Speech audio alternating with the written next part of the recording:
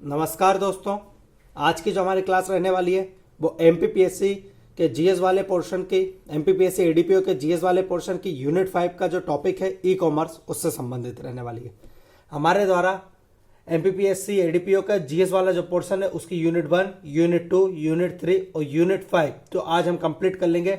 इन चारों यूनिटों को कंप्लीट कर लिया गया है। यूनिट 4 को भी हम जल्दी ही कंप्लीट कर लेंगे। हमारे द्वारा कोशिश की जा रही है कि आपको एक्ट की क्लासेस उपलब्ध कराया जाए। आज हमारा यूनिट 5 कंप्लीट हो जाएगा। शुरू करते हैं हम ई कॉमर्स। ई कॉमर्स क्या होता है? ई यानी इलेक्ट्रॉनिक, कॉमर्स यानी बिजनेस। सूचना प्रौद्योगिकी एवं उन्नत कंप्यूटर नेटवर्क का उपयोग करते हुए वस्तु और सेवाओं के खरीद और बिक्री को ही ई कॉमर्स बोलते हैं।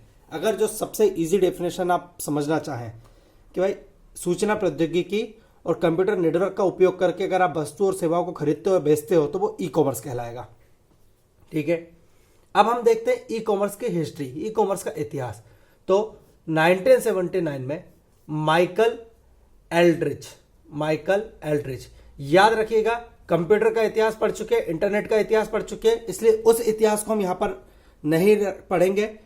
वो इतिहास भी ई कॉमर्स का इतिहास हो सकता है, क्योंकि बिना कंप्यूटर के और बिना इंटरनेट के ई कॉमर्स संभव नहीं था, पर उस इतिहास को हम अलग पढ़ चुके हैं। तो माइकल एल्ड्रिच के द्वारा इलेक्ट्रॉनिक शॉपिंग का आविष्कार किया गया। याद रखिएगा, किसके? माइकल एल्ड्रिच के द्वारा। Who is the father of electronic shopping या ई कॉमर्स? Michael Aldrich. ठीक है। 1981 में थॉमसन हॉलिडेज, इंग्लैंड के थे, थॉमसन हॉलिडेज ने पहला B2B ऑनलाइन शॉपिंग सिस्टम शुरू किया। B2B यानी बिजनेस टू बिजनेस, मतलब एक व्यापारी दूसरे व्यापारी को सामान बेच सकता था। यह सिस्टम शुरू करा है ऑनलाइन माध्यम से पहली बार थॉमसन हॉलिडेज ने, इंग्लैंड में। याद रखिएगा। 1982 में बोस्टन कंप्यूटर एक्सचेंज ने अपना पहला ई कॉमर्स प्लेटफॉर्म लॉन्च किया। किसने? बोस्टन कंप्यूटर एक्सचेंज ने अपना पहला ई कॉमर्स प्लेटफॉर्म लॉन्च किया। ठीक है। इसके बाद 1984 में गेलसेड ने पहली बार B2C, याद रखिएगा, किसने? गेलसेड ने पहली बार B2C, business to consumer online shopping system शुरू किया। क्वेश्चन आ सकता है कि भाई बिजनेस टू कंज्यूमर सबसे पहले किसने शुरू करा? तो गेलसेड ने करा, याद रखिएगा। और B2B सबसे पहले थॉमसन हॉलिडेज ने किया था, याद रखिएगा। B2B B2C को भी हम आगे ब्रीफ में पढ़ लेंगे, अच्छे से पढ़ लेंगे। फिर 1992 में बुक स्टेक्स अनलिमिटेड ने किताबों का पहला मार्केट प्लेस शुरू किया। याद रखिएगा, किताब बेचना किसने शुरू करा सबसे पहले? तो बुक स्टेक्स अनलिमिटेड ने किताबों का पहला ऑनलाइन मार्केट प्लेस शुरू किया। ठीक है। 1995 बहुत महत्वपूर्ण है, क्वेश्चन यहां से आ सकता है। 1995 दो महत्वपूर्ण कंपनियों की स्थापना हुई है। कौन सी? पहली है ईबे, दूसरी है अमेजॉन। याद रखिएगा, ईबे और अमेजॉन ने ऑनलाइन शॉपिंग वेबसाइट शुरू की। बहुत महत्वपूर्ण है। कब? 1995 में ईबे और अमेजॉन ने ऑनलाइन वेबसाइट शुरू की थी, याद रखिएगा। 1996 में इंडिया में भी इंडिया मार्ट आ चुकी थी, याद रखिएगा, इंडिया मार्ट आ चुकी थी। इन सारी कंपनियों को विस्तृत रूप से हम अंदर पढ़ेंगे। 1996 में इंडिया मार्ट आ चुकी थी। 1995 में ईबे और अमेजॉन ने ऑनलाइन शॉपिंग वेबसाइट शुरू करी थी। ठीक है। 1998 में पेपल ने ऑनलाइन पेमेंट शुरू किया था। याद रखिएगा, सबसे पहले ऑनलाइन पेमेंट किसने शुरू किया गया था? तो पेपल ने किया था 1998 में। याद रखिएगा, कब? 1998 में। 1999 में अलीबाबा की स्थापना हुई थी। ये एक जो है हिस्ट्री है, ई कॉमर्स की हिस्ट्री। ठीक है। क्वेश्चन क्या आएगा कि सबसे पहले इलेक्ट्रॉनिक शॉपिंग का आविष्कार माइकल एल्ड्रिच। ठीक है। थॉमसन हॉलिडेज ने पहले B2B शुरू करा। ठीक है। B2C गेलसेड ने शुरू करा था ऑनलाइन शॉपिंग। ठीक है। बुक स्टेक्स अनलिमिटेड ने किताबों का पहला मार्केट शुरू करा था। ईबे और अमेजॉन की स्थापना 1995 में हुई है। पेपल ने सबसे पहले ऑनलाइन पेमेंट सिस्टम शुरू किया था। यह है एक हिस्ट्री जिससे क्वेश्चन आ सकते हैं। ई कॉमर्स के प्रकार, ई कॉमर्स के प्रकार तो पहला है B2B, जो हम देखे थे। B2B यानी बिजनेस टू बिजनेस। अगर एक बिजनेस दूसरे बिजनेस के साथ व्यापार करता है तो वो होगा B2B का उदाहरण। याद रखिएगा, किसका? B2B, बिजनेस टू बिजनेस, यानी एक व्यापारी दूसरे व्यापारी के साथ ऑनलाइन माध्यम से व्यापार करता है तो ये B2B है। सबसे अच्छा उदाहरण है इसका इंडिया मार्ट, इंडिया मार्ट। ठीक है, ये इसका सबसे अच्छा उदाहरण है। ठीक है। इसके बाद दूसरा आता है B2C, B2C इंडिया मार्ट में क्या होता है, इंडिया मार्ट में एक व्यापारी अपने उत्पादों को डालता है थोक में व्यापार के लिए, दूसरा व्यापारी उन उत्पादों को खरीदता है। B2C ये बिजनेस टू कंज्यूमर होता है। नॉर्मली सबको पता है, अगर एक व्यापारी कंज्यूमर के साथ डील करता है तो ये होता है B2C। ठीक है, यहां पर फ्लिपकार्ट, ठीक है, अमेजोन, सारे ब्रांड, तनिष्क का भी ऑनलाइन ब्रांड है तो वो भी आ जाएगा, रिलायंस का ऑनलाइन ब्रांड है तो वो भी आ जाएगा, सारे ब्रांड यहां पर आ जाएंगे जो बिजनेस करते हैं, अपने उत्पादों को ऑनलाइन बेचते हैं। फिर है C2C कंज्यूमर टू कंज्यूमर, एक कंज्यूमर ही दूसरे कंज्यूमर को बेच रहा है। क्या है इसका उदाहरण? इसका सबसे अच्छा उदाहरण है OLX। OLX पे आप सेकंड हैंड चीजें खरीदते हैं, ये एक कंज्यूमर ने पहले खरीदी, खुद कंज्यूम करा, फिर दूसरे कंज्यूमर को बेच दी, तो ये होता है C2C कंज्यूमर टू कंज्यूमर का उदाहरण OLX है। फिर होता है C2B कंज्यूमर टू बिजनेस, कई बार कंज्यूमर बिजनेसेस को बेचते हैं। ठीक है, कंज्यूमर अपनी चीजें बिजनेसेस को बेचते हैं, वो होता है C2B। फिर है G2B government to business, government अपने बिजनेस दूसरे बिजनेसेस को अपना सामान बेचती है तो वो होता है G2B। इसके लिए नॉर्मली ई टेंडर उपयोग होता है।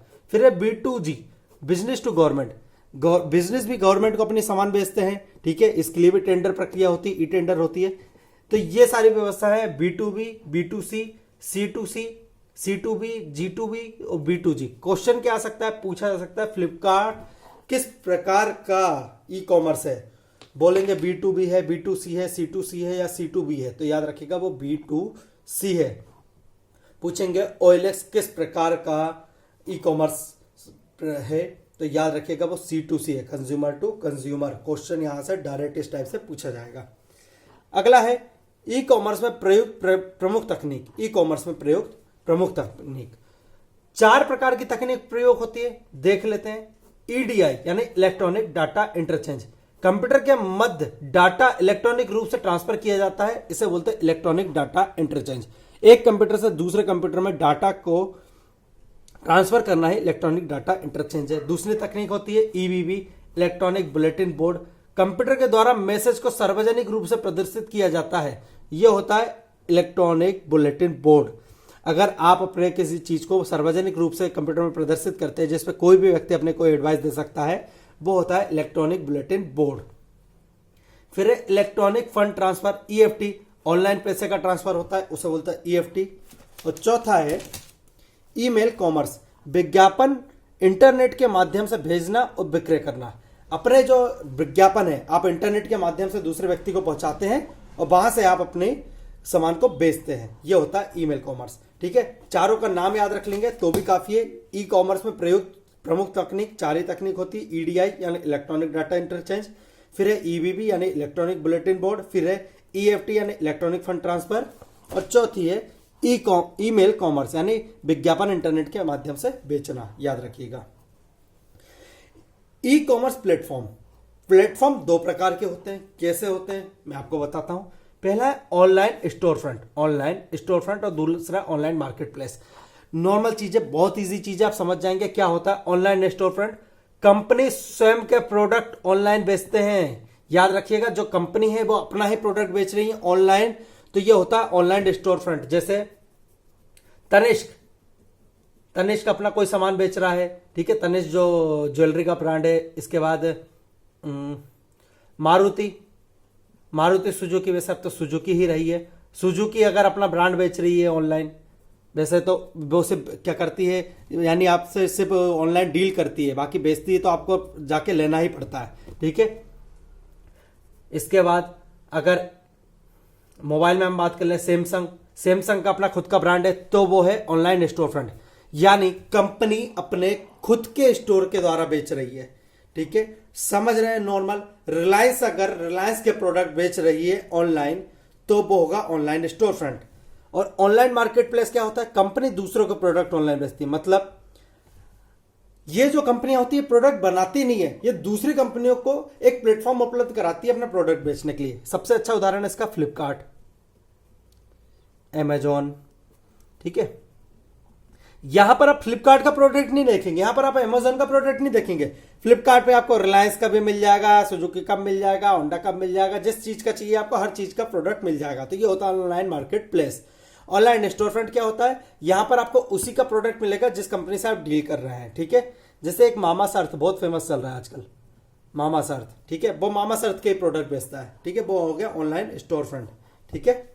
इसके बाद है प्रमुख ई कॉमर्स कंपनियां, ये सबसे महत्वपूर्ण टॉपिक है, इसका सबसे ज्यादा क्वेश्चन यहीं से आएंगे, प्रमुख ई कॉमर्स कंपनियों से, ठीक है। कौन कौन सी कंपनियां हैं जिनको हमें पढ़ना है, जिनसे हमें क्वेश्चन आएंगे और किस टाइप के क्वेश्चन आएंगे।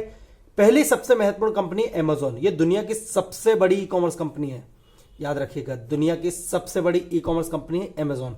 इसकी स्थापना 5 जुलाई 1994 को हुई थी।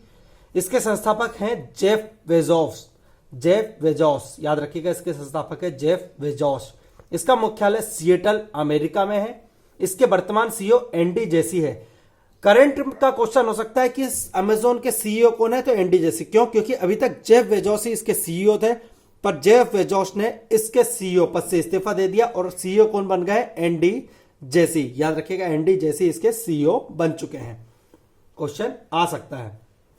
दूसरी है ईबे, इसकी स्थापना भी 1995 में हुई थी। इसके संस्थापक पियरे ओमियार है। इसका मुख्यालय सेंट जोस कैलिफोर्निया में है। ईबे का मुख्यालय सेंट जोस कैलिफोर्निया में, इसके संस्थापक पियरे ओमियार है। अगली है अलीबाबा, काफी फेमस कंपनी है, काफी फेमस कंपनी, एक चाइनीज कंपनी, बहुत प्रसिद्ध है अलीबाबा। अभी इसके संस्थापक कुछ दिनों के लिए घूम भी गए थे, बहुत हंगामा भी चला था, ठीक है। इसकी स्थापना 1999 में हुई है। किसके द्वारा की गई है, जैक मा के द्वारा, ठीक है। ये कई दिनों लापता रहे थे ये व्यक्ति जैक मा, तो कई हंगामा हुआ था इसको लेकर। इसका मुख्यालय युहांग चीन में है, युहांग चीन में है। इसके सीईओ डेनियल जांग है, इसके सीईओ डेनियल जांग, याद रखिएगा अलीबाबा। भारतीय ई कॉमर्स कंपनियां, ठीक है, वर्ल्ड में बहुत सारी कंपनियां, पर सबको नहीं पढ़ना। 3 महत्वपूर्ण कंपनियां थी जिनसे क्वेश्चन आने के चांसेस है, तो हमने उनके सारे फैक्ट देख लिए। अब अलग अलग कंपनियों को देख लेते हैं, ठीक है। पहली है इंडिया मार्ट। इसकी स्थापना 1996 में हुई थी, याद रखिएगा कब हुई थी, 1996 में। इसके संस्थापक दिनेश अग्रवाल और ब्रिजेश अग्रवाल है। दिनेश अग्रवाल और ब्रिजेश अग्रवाल इसके संस्थापक है। इसका मुख्यालय नोएडा में है, याद रखिएगा। यह भारत की पहली ई कॉमर्स कंपनी है, याद रखिएगा, भारत की पहली ई कॉमर्स कंपनी है। कुछ लोग फेम मार्ट को भी भारत की पहली ई कॉमर्स कंपनी बोलते हैं। क्यों? क्योंकि इसने अपनी स्थापना 1996 में कर ली थी, पर ई कॉमर्स का काम बाद में शुरू करा था, इसलिए फेम मार्ट को भी बोलते हैं। बट फिर भी 1996 में इसकी स्थापना हुई है और ये भारत की पहली ई कॉमर्स कंपनी है। दूसरी आता है फ्लिप मार्ट। ये भैया B2B काम करती है, ये बिजनेस टू बिजनेस करती है इंडिया मार्ट। फिर है फेम मार्ट। इसकी स्थापना 1999 में हुई है। इसके संस्थापक के वेठेश्वरन है, के वेठेश्वरन। भारतीय ई कॉमर्स का जनक इनको बोला जाता है, क्योंकि फेब मार्ट ने इंडिया मार्ट से भी पहले ई कॉमर्स में काम करना शुरू किया था। स्थापना भली बाद में हुई थी, पर इसने काम पहले करना शुरू किया था। फिर है फ्लिपकार्ट। फ्लिपकार्ट काफी प्रसिद्ध कंपनी और भारत की लगभग सबसे बड़ी, यानी सबसे बड़ी भारतीय कंपनी। भारत में भी अगर देखा जाए तो ई कॉमर्स में सबसे बड़ा मार्केट जो है वो अमेजोन के पास है, पर सबसे बड़ी भारतीय ई कॉमर्स कंपनी है फ्लिपकार्ट। इसकी स्थापना 2007 में हुई थी। किसके द्वारा? सचिन बंसल और बिन्नी बंसल के द्वारा की गई। किसके द्वारा? सचिन बंसल और बिन्नी बंसल के द्वारा इसकी स्थापना की गई। इसका मुख्यालय बेंगलुरु में है, याद रखिएगा, भारतीय मुख्यालय बेंगलुरु में है। बट क्या हुआ कि वॉलमार्ट के द्वारा इसको खरीद लिया गया, तो इसका मुख्यालय सिंगापुर में स्थापित कर दिया गया, याद रखिएगा। अब इसका मुख्यालय सिंगापुर है, बट भारतीय मुख्यालय इसका बेंगलुरु ही है, ठीक है। इसके सीईओ कल्याण कृष्ण मूर्ति है। पेरेंट ऑर्गेनाइजेशन वॉलमार्ट है। 2018 में फ्लिपकार्ट को वॉलमार्ट ने खरीद लिया। ये क्वेश्चन भी पूछा जा सकता है कि फ्लिपकार्ट को किस इंटरनेशनल कंपनी ने खरीदा है, तो वॉलमार्ट ने खरीदा है, याद रखिएगा। सहायक कंपनियां, ये सारे ब्रांड जो है फ्लिपकार्ट के ही ब्रांड है। कौन कौन से? मिंत्रा, ये भी फ्लिपकार्ट का है। जेबोंग, ये भी फ्लिपकार्ट का है। फोन पे, ये भी फ्लिपकार्ट का है। ई कार्ट, ये फ्लिपकार्ट का, और जीवेस, ये भी फ्लिपकार्ट का है, याद रखिएगा। मिंत्रा और जेबोंग को तो फ्लिपकार्ट ने परचेज किया था, यानी मिंत्रा और जेबोंग जैसे ब्रांड को फ्लिपकार्ट ने खरीदा था, ठीक है। और फोन पे, ई कार्ट और जेवेस, ये भी फ्लिपकार्ट के ही ब्रांड है। वर्तमान में फ्लिपकार्ट खुद वॉलमार्ट का ब्रांड है, याद रखिएगा। पेरेंट ऑर्गेनाइजेशन फ्लिपकार्ट की है वॉलमार्ट। मिंत्रा, जेबोंग, फोन पे, ई कार्ट और जीवेस के पेरेंट ऑर्गेनाइजेशन फ्लिपकार्ट है। अगली है स्नैपडील। इसकी स्थापना 2010 में हुई थी। इसके संस्थापक है कुणाल बहल और रोहित बंसल। इसका मुख्यालय नई दिल्ली है। कुणाल बहल और रोहित बंसल के द्वारा स्नैपडील की स्थापना करी गई 2010 में। मिंत्रा, इसकी स्थापना 2007 में हुई थी। इसके पेरेंट ऑर्गेनाइजेशन फ्लिपकार्ट है। जियो मार्ट की स्थापना से क्वेश्चन पूछ सकता है, 2019 में इसकी स्थापना हुई है, याद रखिएगा। इसके संस्थापक कौन है, हमें पता है सबको, रिलायंस ही इसका संस्थापक है। जियो मार्ट रिलायंस के द्वारा स्थापित किया गया है। जेबोंग, इसकी स्थापना 2012 में हुई थी। इसके संस्थापक मनु कुमार जैन है, याद रखिएगा। जेबोंग के संस्थापक मनु कुमार जैन है।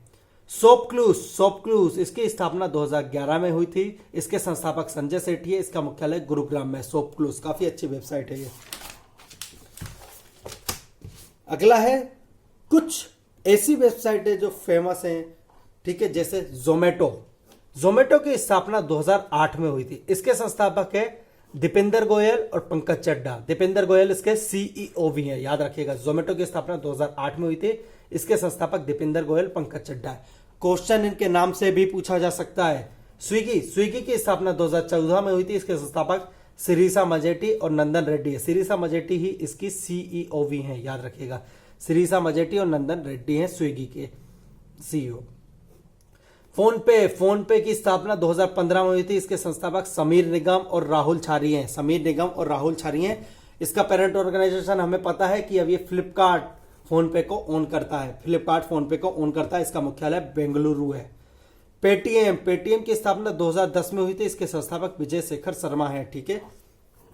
इसके संस्थापक विजय शेखर शर्मा है। अभी इन्होंने अपना पेटीएम का आईपीओ भी निकाला था, ठीक है। आईपीओ भी निकाला था, काफी फेल रहा वो आईपीओ, बट पेटीएम के संस्थापक विजय शेखर शर्मा है। इसकी स्थापना 2010 में हुई थी, याद रखिएगा।